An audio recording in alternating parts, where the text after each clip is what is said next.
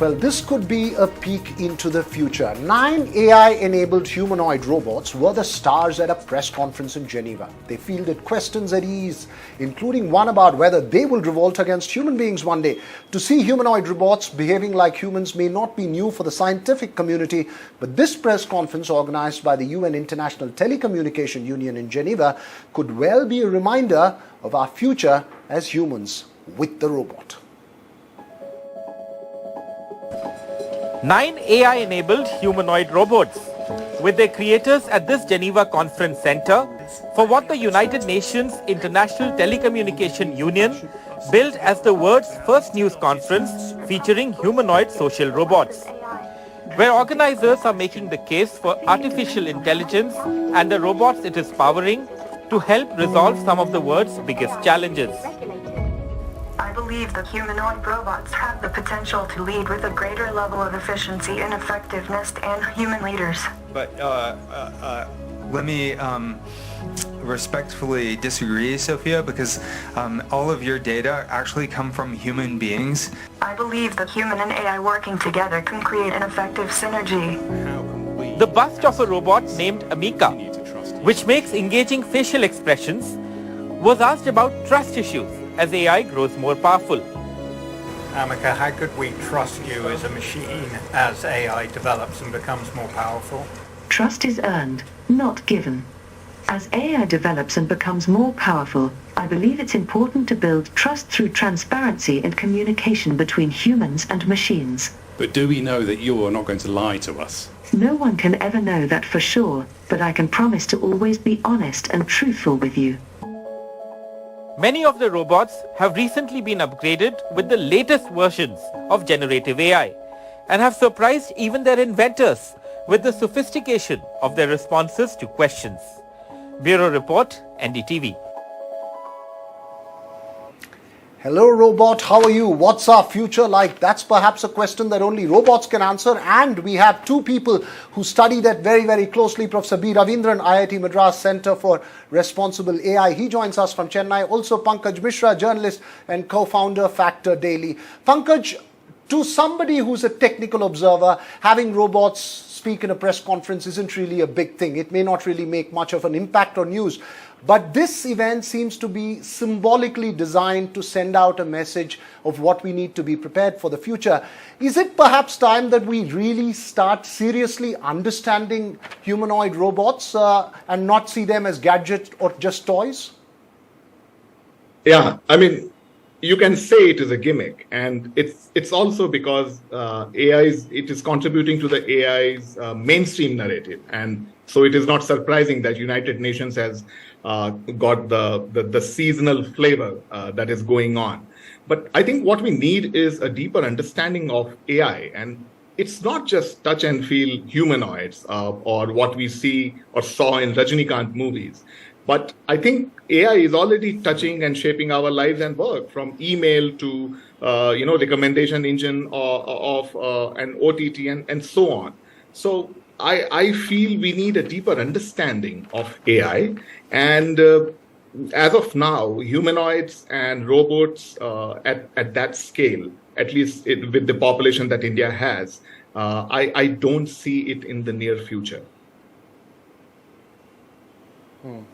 Right, you don't see it in the near future. Professor Ravindran, there are though fears of several things like deep fakes, several things that are generated through AI, and what the role of robots will be in our lives in future. How do you see all of this?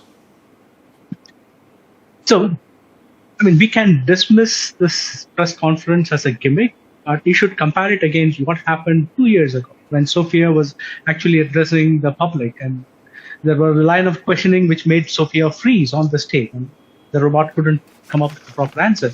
And compared to that, the level of advancement that we see in AI nowadays is amazing, right? So, in some sense, I agree with what Pankaj said. Right? Humanoids are still very, very expensive equipment, and I don't see them coming to India at very large scale.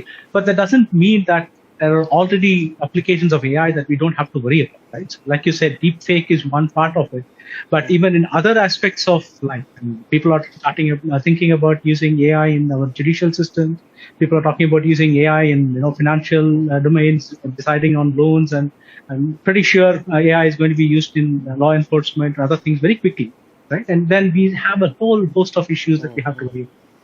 So AI is ready to be deployed at a large scale. It's not something that's not going to happen. It is going to happen. And so at this point, we need to step back and think about all the social implications of using AI at large, whether as a humanoid or as a just a standalone app on your phone. Right. So are you then saying, then Pankaj, perhaps then that makes the point that humans who learn to live with robots are the ones who are going to survive, and the humans who don't understand robots may well be left behind? Yes, I think in the more immediate future, I mean, if I look back a couple of years ago, there were headlines like how AI is going to replace radiologists, right? And I even looked at some of those AI tools. Radiologists are still around, but I think the question is who is around. So the smarter ones who learn to use AI, I think they are not going to be replaced by AI completely, at least in the near future. But I'm not ruling out the dystopian future, because there are two futures, the good AI and the rogue AI. Right, the good AI and the rogue AI. Professor Ravindran, when it comes to responsible AI, how are we going to ensure that the human who's going to have the access to that robot is responsible? Because we are coming into a society, we are dealing with a society where level of ethics and morals seems to be falling. Oh, well, Viragam, I think the whole question of responsible AI is all about responsible humans as well, right? So it's not a question of just, it's not AI that has its agency, right? It's a human that designed the AI that's looking at this. And we really need to make sure that the humans have well-defined set of regulations, just like nuclear energy. So nuclear energy can be pretty easily be rogue, right? So likewise, AI can become rogue only because humans choose to use it that way.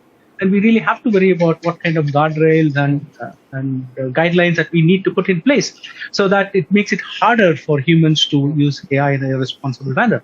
But I mean, in the absence of such guardrails, it is possible for, a dystopian future, but most likely not caused by robots alone, but caused by humans working in concert.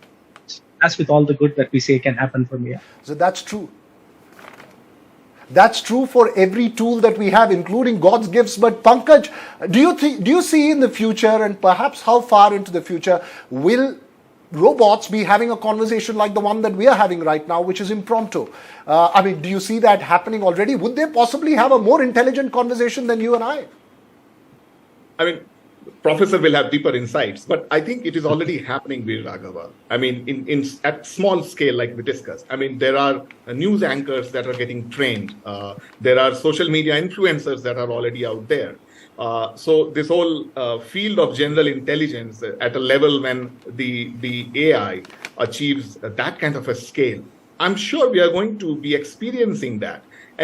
But I think the bigger question that Professor also pointed at is, look, making AI that people want and making AI that people can trust. These are two different things. And I think we are at that point now. Right. Mm-hmm. Right, you're at that point now. When I told you about an intelligent conversation, I wasn't referring to myself. You said news anchors are being made out of robots. Well, perhaps they'll be more intelligent than other news anchors. I was talking more about people like you who are real thinkers on AI. But Professor Ravindran, when it comes to the future, and when I spoke to you for this conversation, you said, well, it hasn't made a big ripple in the scientific community, this press conference. Where does the scientific community, where does somebody like yourself see the future in let's say, a couple of years? How much of a robot would be part of my life in the next 2 years? Your vision for that? See, at this point, right, humanoid robots haven't really reached the level at which there can be wide adoption of humanoid robots, right? That might be niche applications, perhaps in the military, right, and perhaps in some, high-end hospitals. I don't see a robot walking around a government hospital in India treating patients. That's not going to happen anytime in the near future. Having said that, AI itself, as a tool, doesn't necessarily have to be delivered through a humanoid robot. There are many, many ways in which AI applications can help. And I'm pretty sure in the next couple of years, we are going to see the impact of AI-enabled services in almost every sphere. It's not going to be limited to only one or two things. Okay. Already we have this. So my rule of thumb is AI is at a level you can adopt it in domains where the cost of failure is very low right now. So if you make a mistake in, say, Alexa listening to you, it's fine. But otherwise, you still have a ways to go before you. Sorry, go. My quick last question to the two of you, because AI can't give me more time. I only have limited time. My very quick last question to you, Pankaj, as well as Professor Ravindran. Is there a sense of fear? When you see this, is there a sense of nervousness and fear that sets into a normal person? As an observer of AI closely, do you feel a sense of fear? I think there is anxiety, Pankaj, and there's no ruling that. Depending on what field you are working in, there is anxiety. I have felt anxiety when I visit IT companies and sit down in their cafes. I have seen anxiety in the banking sector, entertainment, in the creative industry.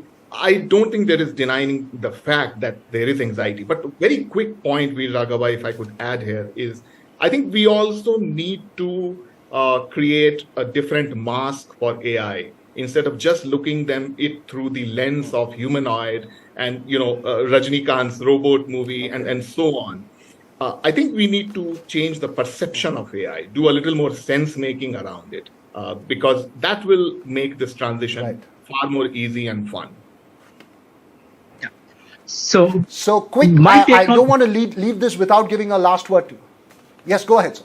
Quickly, very quickly. Very quickly. So yes, there is a sense of fear, but it's mostly due to misinformation and not understanding the true impact of the technology. And like Pankaj said, we really have to make a concerted effort to reframe AI so that we don't have this fear, more of excitement and acceptance. Right. So that's where we need responsible AI. Well, my big takeaway is that you'll have better news anchors because robots are going to become news anchors. I'll leave it at that note, Pankaj Mishra as well as Ravindran. Thanks so much for talking to us on this conversation. That's all we have time for on this show. We'll catch you again tomorrow.